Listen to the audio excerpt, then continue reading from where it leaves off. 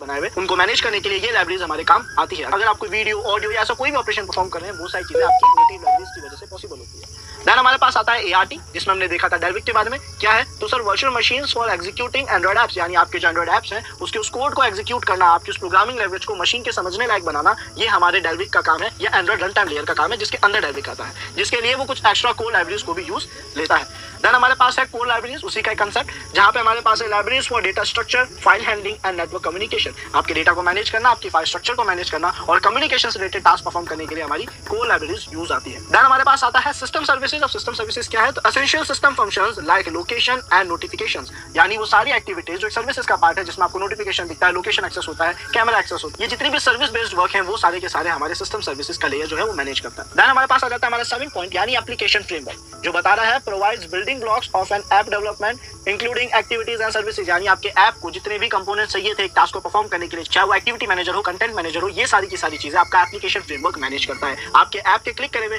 Function पे या फिर आपके ऐप में आप जो भी टास्क परफॉर्म करते हो, उस टास्क में होना क्या चाहिए या कैसे हो रहा है, वो आपका एप्लीकेशन फ्रेमवर्क मैनेज कर रहा है। उसके बाद हमारे पास आता है ऐसा ही एक और इंपॉर्टेंट कंपोनेंट, जिसका नाम है सिस्टम एप्लीकेशन, जो कह रहा है core apps for phones, messaging, contact etcetera. यानी सर जैसा इसका नाम है सिस्टम एप्लीकेशन, ये डिफाइन कर रहा है कि वो सारे सॉफ्टवेयर जो सिस्टम के साथ प्री इंस्टॉल्ड आते हैं, जिसको हम नेटिव एप्स भी कह सकते हैं, वो सारे एप्लीकेशन जिसको हम इंस्टॉल नहीं करते, जो डायरेक्ट हमारे बेसिक टास्क परफॉर्म कर रहे हैं, चाहे वो कॉलिंग का हो, चाहे वो गैलरी का हो, कैमरे के एप्स हो, ये जो हमारे एप्स हैं ये सिस्टम एप्लीकेशंस कहलाते हैं।